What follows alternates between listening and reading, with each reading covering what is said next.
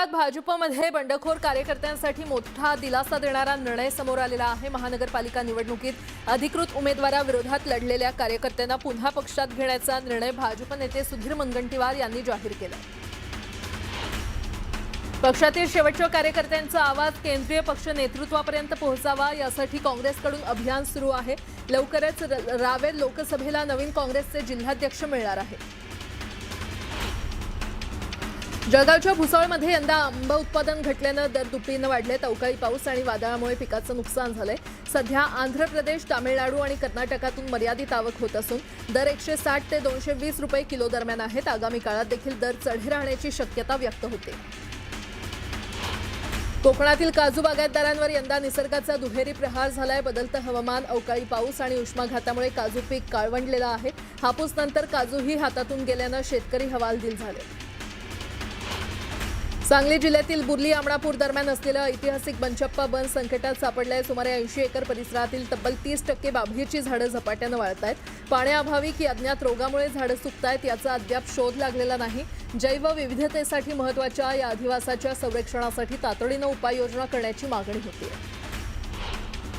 नागपूर शहरातील बहुसंख्य भागातील पाणीपुरवठा आजपासून 2 दिवस बंद राहणार आहे। पाणी जपून वापरण्याचं आवाहन पालिकेनं नागरिकांना केलंय। पाणीपुरवठा व्यवस्थेत महत्त्वाच्या दुरुस्ती करण्यासाठी 36 तासांचा शटडाऊन जाहीर करण्यात आलाय। मुंबईकर मालमत्ता करासह पाणीपट्टी देखील भरत नसल्यामुळे महापालिकेचं आर्थिक गणित बिघडतंय। वर्षभरात 60 ते 65% पाणीपट्टी वसूल झाली आहे, तर उर्वरित थकबाकीदारांना नोटीस बजावली आहे। मुंबई शहराला पाणीपुरवठा सुरळीत करण्यासाठी मुंबई पालिकेनं 10,000 लिटरचे 22 पाण्याचे टँकर खरेदी करण्याचा निर्णय घेतला। यासाठी 10,44,19,468 रुपये खर्च केले जाणार आहेत। यामुळे इमारतींसह खासगी कामांसाठी पाण्याचा पुरवठा करण्यास पालिकेला मदत होणार आहे। म्हाडा येत्या 2 दिवसात नव्या आर्थिक वर्षासाठी अर्थसंकल्प सादर करणार आहे। अर्थसंकल्पात म्हाडाच्या मुंबई, पुणे, नाशिक, कोकण, अमरावती, छत्रपती संभाजीनगर, नागपूर या मंडळांमार्फत किती सदनिकांचं बांधकाम करण्याचं उद्दिष्ट असेल, त्यासाठी किती कोटींची तरतूद करण्यात येईल हे या निमित्तानं स्पष्ट होईल। यंदाचा अर्थसंकल्प 16,000 कोटींचा आकडा ओलांडेल अशी माहिती एका अधिकाऱ्यानं दिली आहे। मुंबई सेंट्रल रेल्वे स्थानकातील प्लॅटफॉर्म क्रमांक 5च्या कामासाठी पश्चिम रेल्वे प्रशासनानं 60 दिवसांचा ब्लॉक जाहीर केला। विशेष म्हणजे हा ब्लॉक तत्काळ प्रभावानं लागू करण्यात आलाय, त्यामुळे लांब पल्ल्याच्या गाड्यांच्या वाहतुकीवर परिणाम होणार आहे। अमेरिका-इराण युद्धामुळे गॅस सिलेंडरच्या पुरवठ्यावर परिणाम झालाय आणि त्यामुळे गॅसला पर्याय म्हणून केंद्र सरकारकडून महाराष्ट्राला 3,744 किलो लिटर केरोसिनचा पुरवठा झालाय। अभियांत्रिकी अभ्यासक्रमाच्या प्रवेशासाठी महत्त्वाच्या असलेल्या भौतिकशास्त्र, रसायनशास्त्र आणि गणित गटाच्या सीईटीच्या वेळापत्रकात बदल करण्याचा निर्णय सीईटी सेलनं घेतलाय। राष्ट्रीय स्तरावरील 3 महत्त्वाच्या परीक्षा 12 एप्रिल रोजी आयोजित केल्या आहेत आणि त्यामुळे या दिवशी सीईटी ठेवण्यात येऊ नये अशी मागणी अनेक विद्यार्थी आणि पालकांनी केली होती। राज्यातील कायम विना अनुदान तत्वावर मान्यता मिळालेल्या आणि वारंवार मूल्यमापनात अपात्र ठरलेल्या 829 शाळा आणि 794 तुकड्या वेतन अनुदानासाठी कायमस्वरूपी अपात्र घोषित करण्यात आल्यात। अपात्र ठरलेल्या शाळांमध्ये माध्यमिकच्या 324, उच्च माध्यमिक शाळा, कनिष्ठ महाविद्यालयाच्या 505 शाळा यांचा समावेश आहे। विनातिकीट प्रवाशांची डोकेदुखी वाढलेली आहे। विनातिकीट प्रवाशांची टक्केवारी वाढत असताना त्यांना रोखण्यासाठी तिकीट तपासनीस पथक तैनात केलेत। मध्य रेल्वेतील 24 तिकीट तपासनीसांनी विनातिकीट प्रवाशांना पकडून करोडो रुपयांची दंड वसुली केली आहे। जळगाव जिल्ह्यातील चोपडा तालुक्यातील वडी या ग्रामपंचायतीच्या विविध योजनेत भ्रष्टाचार झाल्याचा आरोप करण्यात आलाय। याविरोधात ग्रामस्थांनी आमरण उपोषण सुरू केले।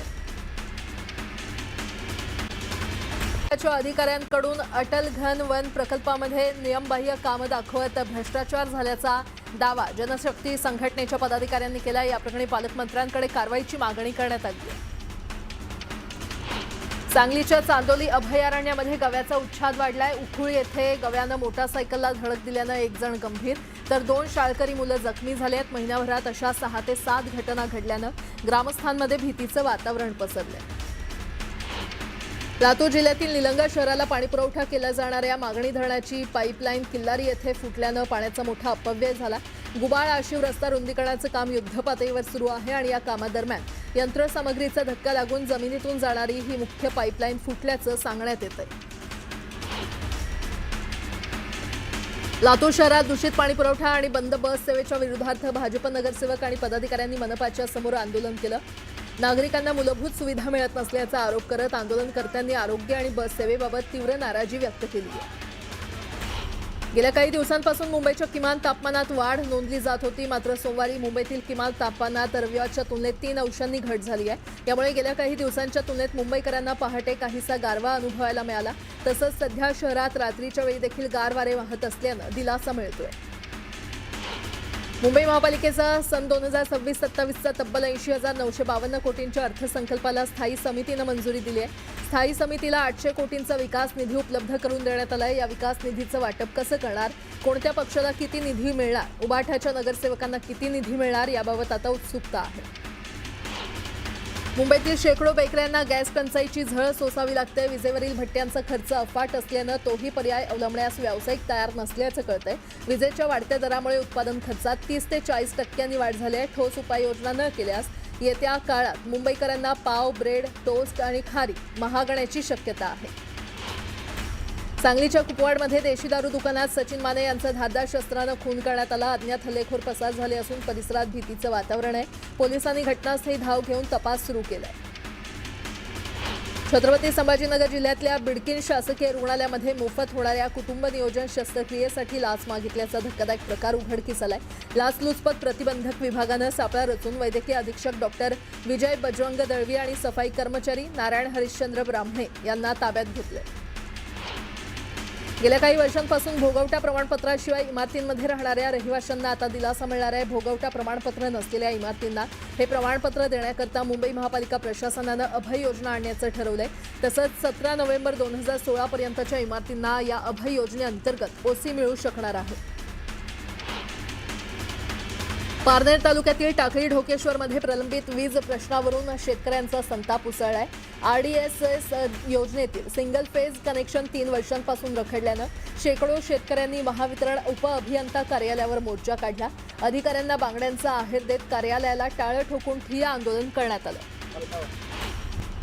नागपूरमध्ये जनगणनेमध्ये सहभाग घेण्यास टाळाटाळ करणाऱ्या शिक्षक आणि प्राचार्य विरुद्ध गुन्हा दाखल करण्याचे निर्देश देण्यात आलेत। जनगणना 2026-27साठी पर्यवेक्षक आणि प्रगणक म्हणून नेमणूक झाल्यानंतरही आदेश स्वीकारण्यास टाळाटाळ केल्यामुळे ही कारवाई करण्यात आली आहे।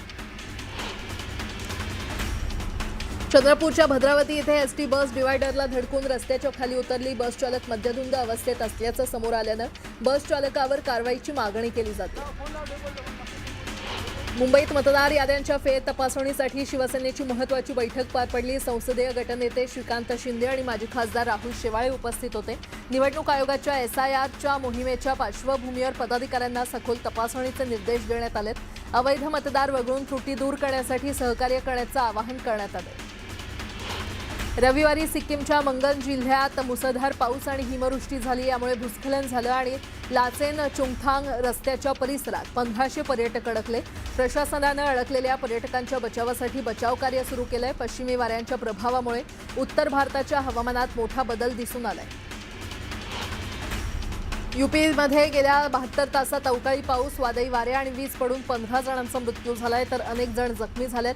कानपूर, मथुरा, संभल, चित्रकूट आणि गोंडा या जिल्ह्यांमध्ये ही दुर्घटना घडली असून हवामान खात्यानं पुढील काही दिवसांसाठी अलर्ट जारी केलाय। मुंबईला पुरेसं पाणी मिळावं यासाठी हाती घेण्यात आलेल्या गारगाई धरण प्रकल्पातील पाण्यासाठी नागरिकांना आणखी 2 वर्ष प्रतीक्षा करावी लागणार आहे। 2028च्या पावसाळ्यानंतर पहिल्या टप्प्यात मुंबईकरांना दररोज किमान 100 ते 150 दशलक्ष लिटर पाणी पुरवठा होणार आहे। दरम्यान 2030 पर्यंत धरणाचे सर्व बांधकाम पूर्ण करण्याचं लक्ष्य असून ते झाल्यानंतर दररोज एकूण 400 दशलक्ष लिटर पाणी पुरवठा होईल अशी माहिती पालिकेच्या अधिकाऱ्यांनी दिली आहे। डहाणूपर्यंत 15 डब्यांच्या लोकलच्या प्रतीक्षेत असलेल्या पश्चिमी रेल्वेच्या प्रवाशांना आता दिलासा मिळणार आहे। मुंबई रेल्वे विकास महामंडळानं विरार डहाणू चौपदरीकरणातील विरार स्थानकातील फलाटाचं काम पूर्ण केलंय।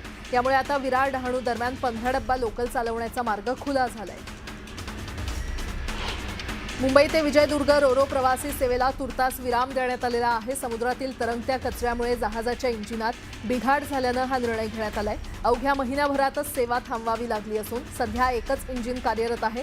सुट्टे भाग परदेशातून मागवले असून दुरुस्तीसाठी आणखी काही दिवस लागणार आहेत। आता एक मोठी बातमी, महाराष्ट्र काँग्रेसनं ट्विट करत पार्थ पवार यांना जोरदार प्रत्युत्तर दिलंय।